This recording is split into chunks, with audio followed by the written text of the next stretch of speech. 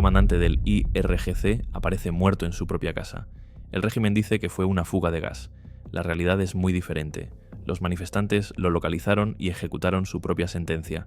Mientras tanto, el Parlamento iraní lanza una amenaza directa. Si Estados Unidos interviene, atacarán sus bases militares en todo Oriente Medio, y el presidente iraní aparece en televisión nacional pidiendo algo que suena a guerra civil. Esto no es una crisis más, esto es Irán desmoronándose desde dentro mientras desafía a la mayor potencia militar del planeta. Vamos a desglosar todo lo que está pasando. Llevamos más de 72 horas con el internet completamente cortado en Irán, 3 días enteros sin conexión al mundo exterior. Y aquí viene lo sorprendente. Las protestas no solo continúan, sino que se intensifican cada noche. Obtener información desde dentro del país se ha convertido en una tarea casi imposible. Pero gracias a aquellos que tienen acceso a Starlink, seguimos recibiendo fragmentos de lo que ocurre en las calles. Y lo que muestran esos videos es impactante. Multitudes que desafían abiertamente las balas. Porque sí, las fuerzas de seguridad iraníes ya no disimulan, están usando munición real contra civiles desarmados. Los funcionarios del régimen han declarado públicamente que cualquiera en las calles merece morir, y aún así la gente sigue saliendo. ¿Por qué? Porque han entendido algo fundamental. Este es el momento decisivo. No hay vuelta atrás. Si retroceden ahora, lo que viene después será mucho peor. Las cifras de muertos se han disparado desde que cortaron Internet. Los estimados varían enormemente debido al apagón informativo, pero todas las fuentes coinciden en algo.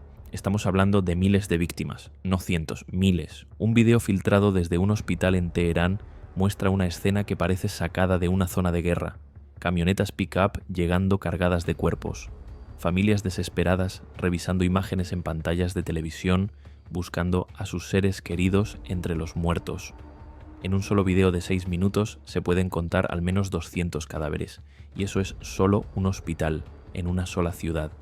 Los testimonios que llegan de médicos y personal sanitario son desgarradores. Un paramédico en Teherán reporta a la BBC que están viendo disparos directos a la cabeza y al corazón. No son heridas de gases lacrimógenos o balas de goma, son ejecuciones sumarias disfrazadas de control de multitudes. Un hospital oftalmológico en la capital ha declarado estado de crisis por la cantidad de heridos con lesiones oculares, presumiblemente por perdigones disparados a la cara. Los médicos describen una avalancha constante de pacientes con globos oculares destrozados, muchos de ellos adolescentes que perdieron la vista permanentemente. Y aquí viene lo más macabro. Las morgues y hospitales están tan saturados que ya no pueden almacenar más cuerpos. ¿Qué hace el régimen? Se lleva los cadáveres. Y cuando las familias preguntan por sus muertos, les exigen 6.000 millones de riales, aproximadamente $7.000, para devolver los restos. Están cobrando rescate por cadáveres. Piénsalo un momento, una familia pierde a su hijo por una bala del gobierno, y ese mismo gobierno les cobra $7.000 para poder enterrarlo. El nivel de crueldad sistemática desafía la comprensión. Mientras esto ocurre en las calles, algo muy diferente pasa en los pasillos del poder iraní. El presidente del Parlamento, Mohammad Bagher Ghalibaf, apareció en televisión con un mensaje dirigido específicamente a Donald Trump. Y no fue precisamente diplomático. Básicamente advirtió al presidente estadounidense que tenga cuidado con los consejos que recibe sobre atacar Irán. Mencionó que las mismas fuentes que supuestamente le dijeron que Mashhad había caído son las que ahora le recomiendan intervenir. Y luego vino la amenaza concreta. Si Estados Unidos ataca, tanto Israel como todas las bases militares estadounidenses en la región se convertirán en objetivos legítimos. Pero no se quedó ahí. Añadió que Irán no se limitará a reaccionar, sino que actuará preventivamente ante cualquier señal de amenaza. En otras palabras, están dispuestos a atacar primero si perciben peligro. Sus palabras exactas fueron claras. Con todas las confesiones que han hecho sobre invadir Irán, no nos limitaremos a una reacción. Actuaremos basándonos en señales de amenaza. Era necesario decirles esto a ustedes y a todos sus aliados en la región para evitar errores de cálculo. De lo contrario, será demasiado tarde para arrepentirse. Y terminó su discurso con los cánticos habituales del régimen. Dios es grande, muerte a Estados Unidos. Ahora, hay un detalle que hace esta amenaza particularmente irónica. Solo 2 días antes de este discurso, salió a la luz que la familia de este mismo funcionario había contactado a un abogado en París para solicitar visas. Están buscando asilo político en Francia. Lee eso de nuevo.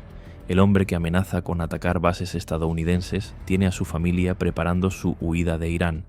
El sobrino del expresidente también está intentando escapar del país. Múltiples funcionarios de alto rango buscan salidas de emergencia. Esto revela algo crucial sobre el estado real del régimen. Los que más gritan hacia afuera son los que más temen lo que pasa adentro. Mientras amenazan con guerra regional, sus familias buscan refugio en los mismos países occidentales que dicen despreciar, y Ghalibaf no es el único con declaraciones incendiarias. Otro funcionario iraní sugirió que Irán debería capturar a Donald Trump, de la misma manera que Estados Unidos capturó a Maduro. Argumentó que después de los comentarios recientes de Trump, cualquier operación dentro de territorio estadounidense sería permisible, especialmente contra funcionarios americanos. Sus palabras textuales fueron escalofriantes. Trump debe pagar el precio durante o incluso después de su presidencia. Personalmente, espero que Trump sea capturado. Esto no es retórica vacía viniendo de Irán. Durante la campaña electoral de 2024, múltiples intentos de asesinato contra Trump fueron vinculados a operaciones iraníes. El régimen tiene historial de intentar eliminar físicamente a sus enemigos políticos en suelo extranjero. Han asesinado disidentes en Europa. Han planificado atentados en América. La amenaza es real. Frente a esta escalada de amenazas, Washington no permanece pasivo. El general David Petraeus, excomandante del Comando Central de Estados Unidos y una de las voces más respetadas en asuntos de Medio Oriente, delineó públicamente el abanico de opciones disponibles. Empezando por lo más básico, medidas diplomáticas e informativas. Simplemente conseguir que más dispositivos Starlink lleguen a territorio iraní ayudaría enormemente a los manifestantes para coordinarse entre ellos y comunicarse con el exterior. La información es poder y romper el apagón del régimen podría ser más efectivo que cualquier misil. Luego vienen las sanciones económicas. Pueden dirigirse contra individuos específicos del régimen o contra la capacidad de Irán para exportar petróleo. Ambas opciones golpean donde más duele, en las cuentas bancarias de quienes ordenan las matanzas. También existen opciones humanitarias que Estados Unidos podría implementar sin necesidad de intervención militar directa, corredores de ayuda, apoyo médico, asistencia a refugiados. Pero Petraeus no evitó hablar de las opciones militares. Mencionó específicamente que se podrían realizar ataques contra los cuarteles generales de las organizaciones de seguridad responsables de la represión violenta, esos mismos edificios desde donde se coordinan las matanzas de manifestantes. Otra posibilidad sería atacar la capacidad misilística iraní.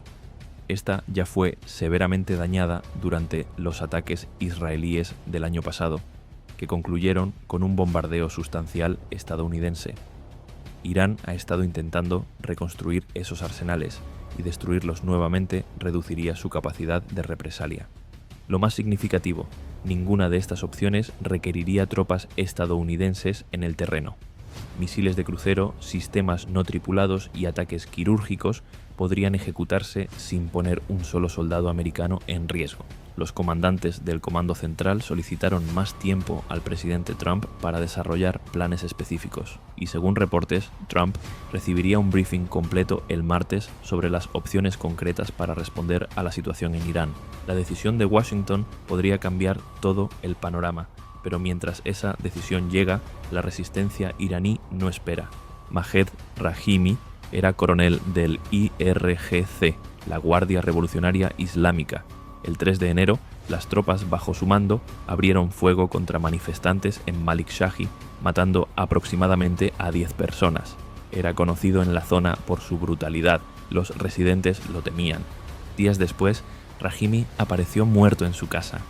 La versión oficial del régimen, una fuga de gas. La realidad que ha emergido desde entonces es muy diferente. Los manifestantes identificaron su lugar de residencia, planificaron la operación y ejecutaron lo que consideran justicia revolucionaria. Este no es un incidente aislado, es una señal de que la dinámica ha cambiado fundamentalmente. Los manifestantes ya no solo huyen de las balas, están cazando a quienes las disparan. El cazador se convirtió en presa. El régimen responde con propaganda cada vez más desesperada. Comandantes del IRGC aparecen en televisión estatal comparando a los manifestantes con ISIS. Dicen que estas personas queman gente viva, decapitan prisioneros, que no son verdaderos musulmanes protestando por problemas económicos, sino terroristas organizados. Uno de estos comandantes declaró que un movimiento verdaderamente destructivo entró en escena con organización específica que no tenía nada que ver con protestas legítimas sobre temas económicos. Afirmó que usaron esta plataforma para cometer comportamientos atroces, incluyendo matar personas y quemar a algunas, muy similar a lo que hace ISIS. El argumento es transparentemente absurdo. Si los manifestantes fueran terroristas extranjeros, ¿por qué las familias buscan los cuerpos de sus hijos en las morgues? ¿Por qué médicos iraníes arriesgan sus carreras reportando las atrocidades a medios internacionales? ¿Por qué clérigos del propio sistema religioso han comenzado a hablar contra la represión? Lo que el régimen llama terrorismo es en realidad la rabia acumulada de décadas de opresión alcanzando su punto de ebullición. Un testimonio reciente de alguien que logró salir de Irán después del apagón de Internet ofrece una ventana única a lo que está pasando. Las redes móviles se cortan completamente desde el anochecer hasta aproximadamente las 8 de la mañana. Durante el día funciona lo que llaman Internet Nacional, una versión controlada donde solo puedes acceder a sitios aprobados por el gobierno. Cualquier página extranjera está bloqueada, llamar al exterior es prácticamente imposible. Pero lo que describe sobre las protestas es extraordinario. El jueves, la calle principal estaba tan abarrotada que no podías ver ni el principio ni el final de la multitud. El viernes fue aún mayor. Incluso quienes habían salido la noche anterior no podían creer la cantidad de gente. En varias zonas de Teherán, las fuerzas de seguridad simplemente no daban abasto. Los manifestantes controlaban efectivamente las calles porque no había suficientes agentes para cubrirlas todas. Por primera vez en décadas había zonas de la capital donde el régimen no tenía presencia. Y cuando hablas con la gente te dicen lo mismo, no hay espacio para retroceder. Si el régimen supera esta crisis, vendrá la masacre. Todos lo saben. Por eso siguen saliendo a pesar de las balas. El liderazgo en las calles está en manos de adolescentes y jóvenes. Su valentía, según este testigo, es difícil de creer. Pero no están solos. Hay gente de todas las edades. Oficinistas, comerciantes del bazar, dueños de fábricas, obreros, estudiantes, jubilados. Es un levantamiento que cruza todas las líneas demográficas. Este testigo enfatizó algo crucial. Cada tipo de persona está en las calles. No es solo un movimiento juvenil o estudiantil, es toda la sociedad iraní levantándose simultáneamente. En las ciudades del norte, donde los revolucionarios han logrado establecer zonas de control, las fuerzas de seguridad responden con política de tierra quemada. Están incendiando tiendas, destruyendo negocios, atacando específicamente los medios de vida de quienes participan en las protestas. Algunas ciudades parecen campos de batalla. Mashhad, la ciudad más sagrada del Islam chiita, ha visto incendios masivos.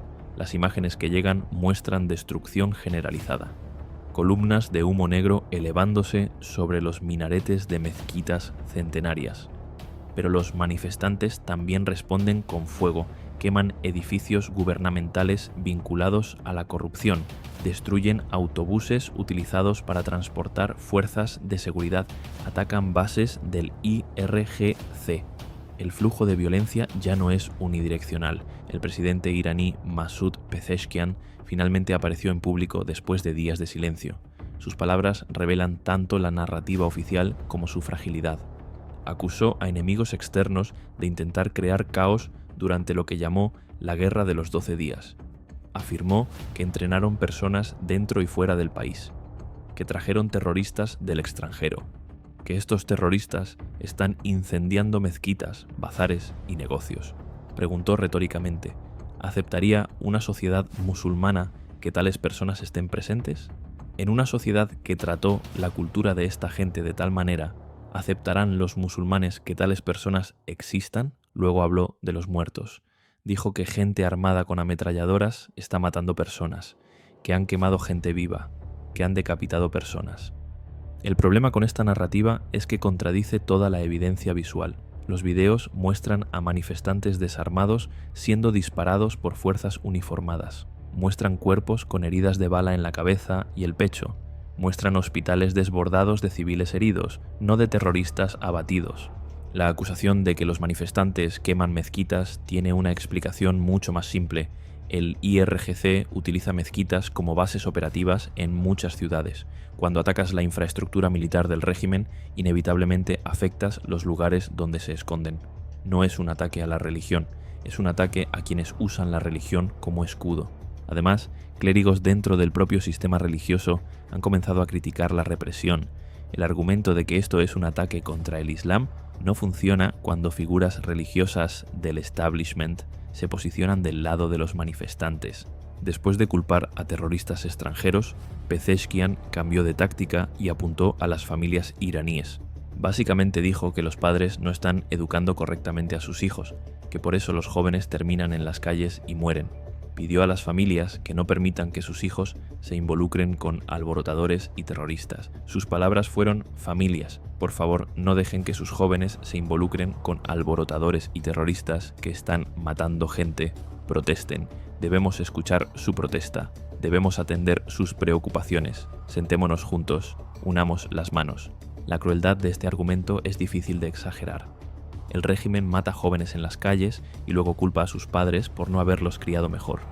Disparan a adolescentes en la cabeza y después piden a las familias que controlen a sus hijos. También hizo el gesto habitual de ofrecer diálogo. Palabras vacías cuando las balas siguen volando cada noche. Y por supuesto, culpó a Estados Unidos e Israel. Afirmó que están sentados en algún lugar dando órdenes a los manifestantes.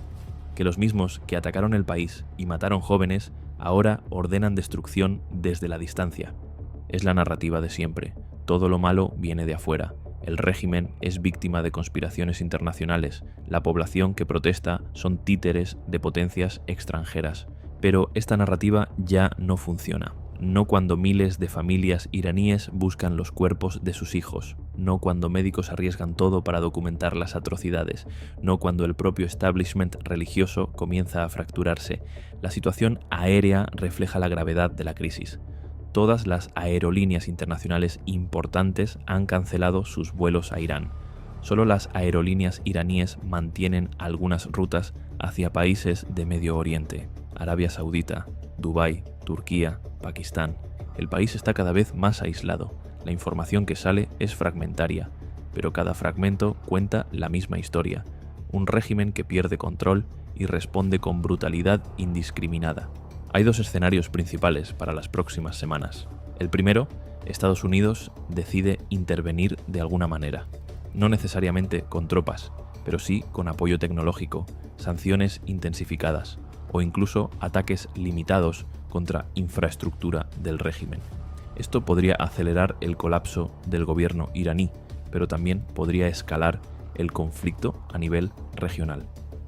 Las amenazas del Parlamento sobre atacar bases estadounidenses e Israel no son completamente vacías. Irán tiene capacidad de causar daño significativo antes de caer. El segundo, la comunidad internacional permanece como espectadora mientras el régimen intenta aplastar la revolución con fuerza bruta. Si tiene éxito, seguirá una ola de represión aún más severa. Ejecuciones masivas, desapariciones forzadas, un reinado de terror diseñado para que nadie vuelva a atreverse a protestar.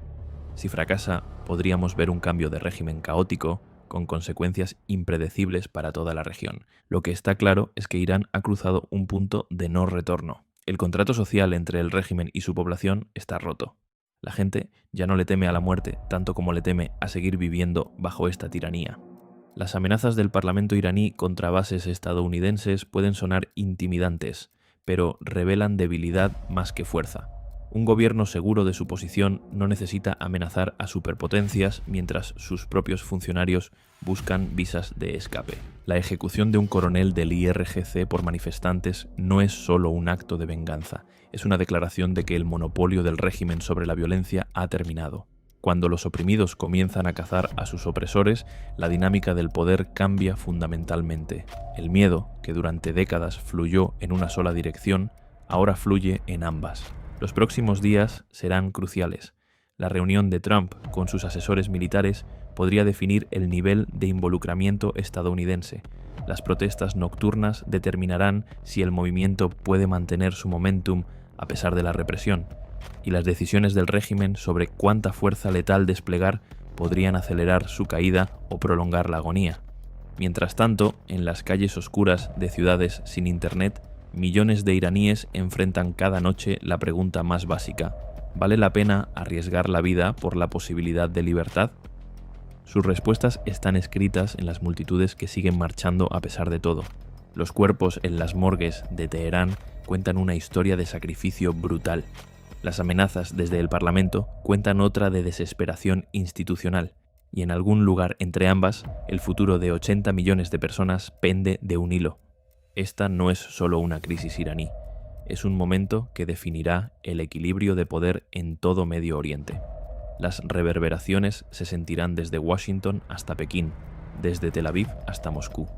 El régimen islámico está listo para atacar bases estadounidenses porque sabe que su supervivencia depende de convertir una crisis interna en un conflicto externo. Pero los manifestantes que eliminaron al coronel Rahimi tienen un mensaje diferente. Esta vez el miedo cambió de bando. Y eso, más que cualquier amenaza nuclear o militar, es lo que verdaderamente aterroriza a quienes gobiernan Irán.